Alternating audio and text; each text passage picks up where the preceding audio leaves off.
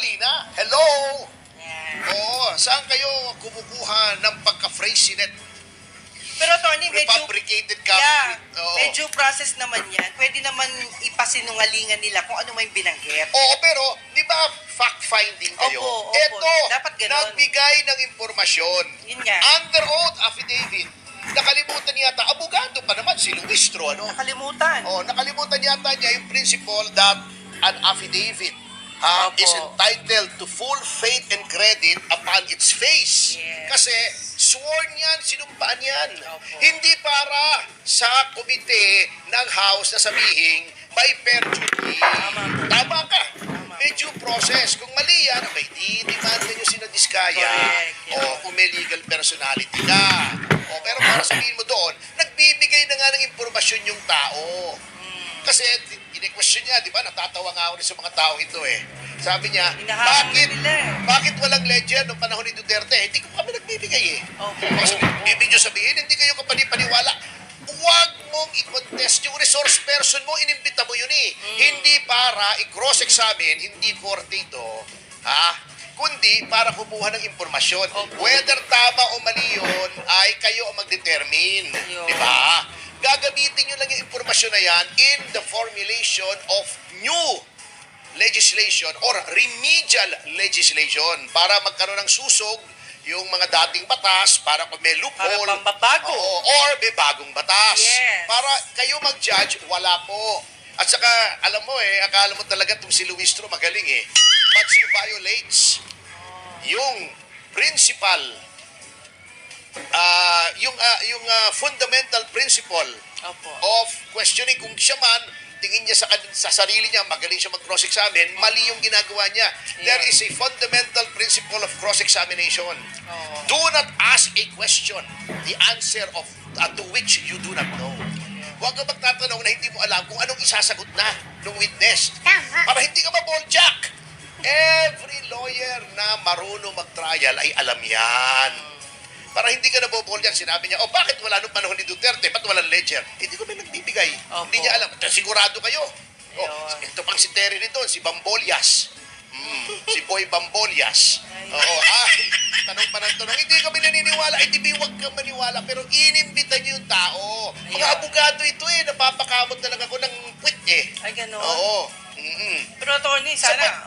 Sapagkat nakalagay na nga sa mismong konstitusyon, Tama. huwag niyong babastusin ng resource person, inimbitan niyo yan. Hindi po nasasakdal yan, hindi akusado yan, hindi respondent yan sa criminal case.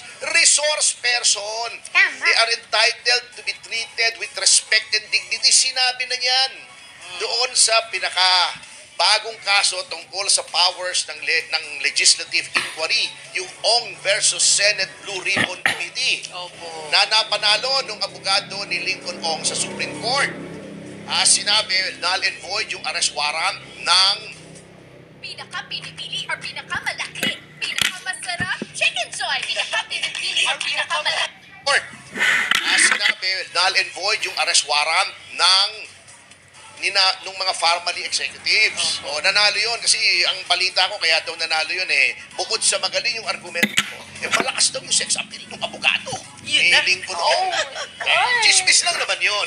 Hindi ko malaman kung sino nga yun eh. Pero ang balita ko napakalakas daw ng sex appeal kaya Parang nanalo. ikaw. Pero bukod sa biro, bakit ginaganyan yung witness just because hindi nyo gusto? Yung sagot niya. Hindi po yun ang essence ng power to cite in contempt. Ayun. Buti na lang, nadala na siguro sila sa negative public perception ni Boy Contempt. Sino yun? Yung wala na ngayon si Karaps. O si Karaps. Oo. Tapos Parang po, malapit yung pangalan, yung si Kuraps. Oo. Karaps! Ikaw kung saan mapunta yan? Opo, sorry. Oo. Nadala na-contempt kayo ng contempt, medyo hina yata kayo, mabuti Ayan. naman. Ngayon ay sumusunod kayo sa batas. Tama lang kasi Opo. mga abogado naman po kayo. Sundin nyo naman yung batas. Di sir, tingin ko excited lang Hindi, sila. natatawa ko sa pagbubuka nitong si Luistro eh. Akala mo, magaling siya. Akala niya, nakakaisa na siya. Hindi niya alam eh. Mali yung ginagawa niya. O, di ba? Hindi pwede po yung style na yon. Sapagkat yan ay resource persons. Kaya namimiss ka ng mga tao dahil dyan sa pagkokorek mo dun sa maling nangyayari. Ngayon, ang ginagawa naman nila, ito pa, isang kingkoy. O, di ba? Ano? Hmm. Ano po yun? Bakit, ito, natatawa ako bakit ayaw nilang ipuso yung bibig ng sinasabi ni Diskaya, ni Curly, Sara Diskaya? Bakit nga ba? Yung sinasabing napipilitan lang sila, biktima sila. Yung mga binabigit ng mga congressmen, bakit ayaw niyong magpaliwanagin? Correct. Mga miyembro niyo yan O sinasabi nila, itini-deny nga, syempre, di-deny. Ang bihira naman kayo, kung naman tayo pinanganak kahapon Ala ka naman aminin. Okay, tama. Kayo talaga, oo. Hindi pwede yan. Ipurso nyo. Binibigyan kayo ng impormasyon. Binibigyan nyo yung nagbibigay ng impormasyon. Inimbitan nyo yun. Imbitasyon yun, resource person. Binigyan kayo ng impormasyon. Sasabihin nyo, ay, mali yung impormasyon mo, pati nabita mo. Ayun naman kayo, kaya sirang-sira talaga ang image ng mababang kapulungan, lalo na pag yung mga usual suspects. O nawala Sila na naman, sir. Wala na ba iba? Nawala na si Caraps, bumalik naman. Si Terry Ridon, si Bambolias, di ba? Hindi, pareho kami niyan Parang may Bambolias sa mukha. Wala naman. Pareho kami niyan, kaibigan ko yan Okay. Oo. Kayo naman, napilit at tinitingin sa mga Duterte yung kabuktutan ng kasalukuyang administrasyon.